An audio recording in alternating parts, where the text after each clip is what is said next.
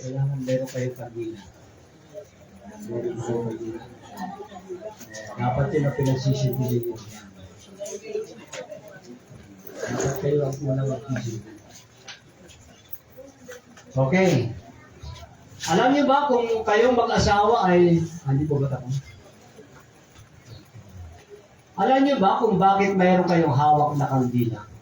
Kasi hindi pinapaliwanag ng iba. Dapat malaman niyo kung bakit kayong dalawang mag-asawa ay unang-unang merong hawak na kandila. Kasi unang-una kayong magliliwanag na magbibigay ng magandang ehemplo sa inyong mga kumarit kumpare. Kayo ang ilaw nila. Ngayon, kayo naman mga ninong at ninang, kaya kayo may hawak na ilaw, ipapakita po ninyo yung inyong ilawan, yung inyong good example. Paglaki ng batang si Luke Tyler, makikita nila yung magandang halimbawa, kaya kayo ang magiging ilaw nila. Kailangan meron silang mapupulot sa inyo ng mga ninong at ninang. Okay. Gusto ko pong malaman po ninyo kasi maraming ninong at ninang hindi alam kung bakit sila nagnininong-ninang. Ha? Kaya gusto kong maliwanagan po ninyo kung bakit kayo nagnininong-ninang.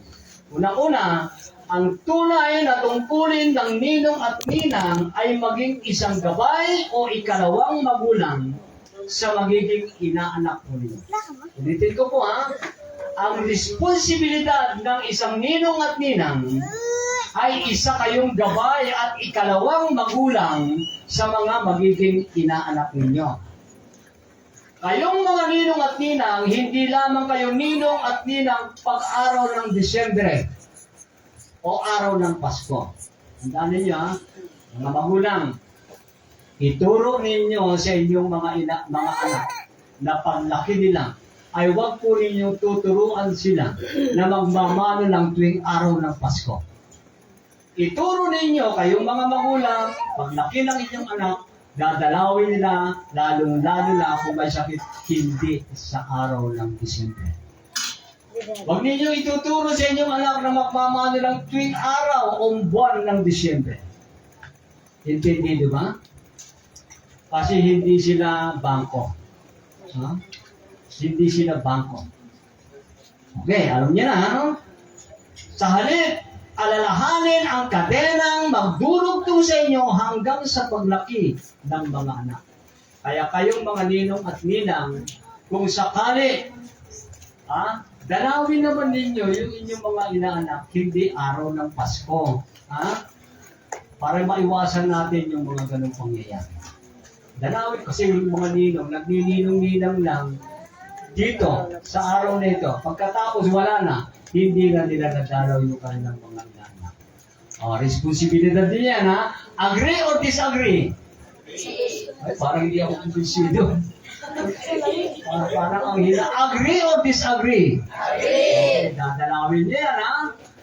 Okay. Walang masamang magbigay kung bukal sa loob ng nagbibigay. Tandaan po ninyo yan, walang masama sa pagbibigay. Kahit na araw ng Pasko, walang masama. Kung masayang nagbibigay at hindi napipilitan lamang o kailangan lamang nagbigyan. Okay. Kaya nga dito mga kapatid, kapag kayo po ay nagnininong-ninang, wala po kayong babayaran. Walang bayad po ito. Diba? Kaya malaya po kayong magninong-ninang sa Kristiyanong pamumuhay. Wala po kayong babayaran. Walang iintindihin, kakain na lang po tayo. Yun lang po ang iintindihin. Okay. Sa mga inaanak naman, bago sabihan, kurikot ang ninong at ninang ninyo, tingnan niyo muna kung kinukumusta niyo ba. Paglaki nila, sa mga malalaki na namamasko ka. Sa mga ninong at ninang, tingnan niyo muna kung dinadalaw niyo ba yung inyong mga ninong at ninang. Tapos, pagka nagmano kayo, bibigyan kayo, kurikot naman ng ninong ko, tingnan niyo muna yung sarili niyo. Dinadalaw niyo ba sila? Lalo-lalo na kung hindi araw ng Pasko. Dapat gano'n ang ituro natin. No? Mga malalaki ng ninong, mga pumupunta pa sa ninong. Sino malalaki na pumupunta pa sa ninong at ninong ngayong Disyembre? Ang lalaki na ninyo, dapat kayo naman ang bibigay sa ninong at ninang niyo. Mahihiyan naman kayo. Di ba? Ang lalaki na ninyo, pumupunta pa kayo. Dalawin ninyo. Dalawin ninyo. Yan ang the best. Marami kasi ang hindi gumagawa yan. Naalala lang ang ninong at ninong sa panahon ng Kapaskuhan. Pag walang natanggap, magtatampo pa. Nasabihin, ikot naman yung ninong. Hindi na. Hindi ba? Huwag tayo pong gano'n, ano? Lalo na kung Kristiyano ka na. So, wala po sa Biblia, sabi ng iba. May nagtanong po sa akin, sabi ng iba, masama bang tumanggi na magninong at ninang?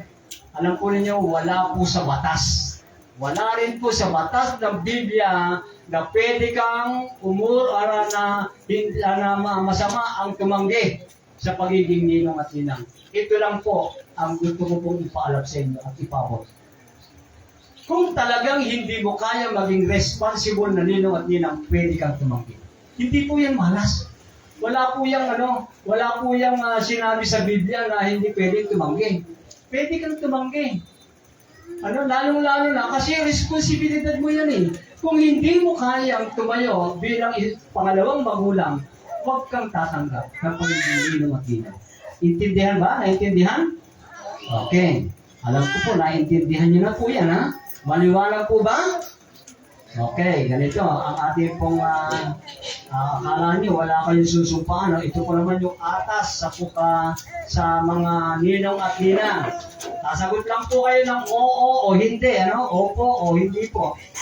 Para naman po sa inyo mga napiling ninong at ninang bilang mga pangalawang magulang kay Luke Tyler, nangangako ba kayong susuporta sa mag-asawa upang ang batang ito ay lumaki ayon sa kalooban ng Diyos sa kanya?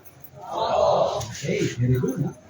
Pangalawa, nangangako ba kayong ipapanalangin si Luke na maglaan ng pagkakataong maituro sa kanya ang salita ng Diyos? Oo. Parang hindi na yata dun eh. Pagdating sa pagtuturo eh. Pangatlo, nangangako ba kayong magiging isang magandang halimbawa para sa kanya, sa isip, sa salita, at sa gawa at sagot? Oo. Okay. Para naman po dyan sa mga audience natin. Ha? Akala nyo wala kayong susumpaan, ha? Number 1, para sa bawat isa na narito po ngayon, kayo ba'y nangangakong tutulong sa mag-asawang ito upang si Luke Tyler ay lumaki ayon sa dakilang kalooban para sa kanya? Oo. Okay, very good. Ha? Pangalawa, nangangako ba kayong inyong ipapanalangin si Luke Tyler upang siya ay magkaroon ng personal na relasyon sa ating Panginoong Jesucristo at upang siya ay lumaki na mayroong pagnanais na maglingkod sa Kanya? Oo. Totoo ha? Yes. Hindi lang opo sa kaliwang tenga. Okay. Ngayon po ay gusto ko pong ipasa mo doon ipasa mo doon sa mula doon. Pwede na po natin patayin. Okay? Bakit natin po itong ginagawa mga kapatid? Alam niyo po ba kung bakit natin ginagawa itong ipapasa ko po yung anak nila mula doon sa dulo hanggang doon sa dulo? Alam niyo pa kung bakit ginagawa natin ito? Kasi maraming ninong ngayon lang ginawakan kinarga habang maliit. Pero pagdating na ng malaki, hindi na nila nakita. Diba? Para maranasan po ninyo na madama yung inyong inaanak. Yakapin ninyo, halikan ninyo, huwag nyo lang patayin. Okay.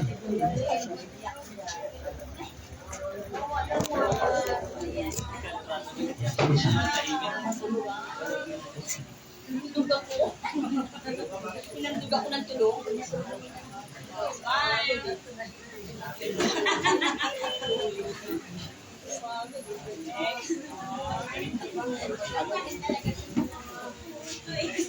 Yan din po ang simbolo ng pakikiisa po ninyo sa magulang na nakarugan ng bata.